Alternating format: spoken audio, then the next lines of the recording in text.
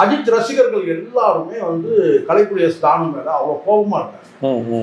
இது எதுக்கு தேவையில்லாதது? எந்த வகையிலாவது நீங்க வந்து ஒரு அரசியல் நீங்க பண்ணீங்கன்னா பரவாயில்ல, ஒரு வியாபார அரசியல் கூட நீங்க பண்ணது கிடையாது கடந்த காலத்துல சொல்றேன். ஸோ அந்த மாதிரி ஒரு பிராண்டை எதுக்கு இழக்கணும்? இப்போ பாருங்கன்னா அந்த இதில் பார்த்தீங்கன்னா அவருடைய முகமே பிரகாசமா இருக்கும். அவர் அந்த நெத்தியில் அந்த பொட்டு வச்சுக்கிட்டு பிரகாசமா இருக்கும் கலைப்புலி தானுடைய முகம்.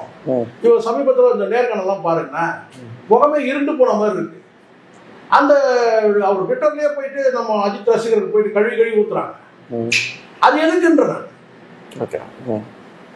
ஒரு ஒரு என்ன சொன்ன ஒரு கௌரவமான ஒரு ஆளுமை சார் தானு. எனக்கு அது உடன்பாடு இல்லை. அவர் விமர்சனம் பண்றதுல பலரும் போய் விமர்சனம் பண்றாங்க. ஆனா இது வந்து நம்ம சில உண்மைகளை நம்ம சொல்லிதானே ஆகணும். அவரும் உண்மையை பேசக்கூடியவர். அவரே மனசாட்சி தொட்டு சொல்லுவாரு.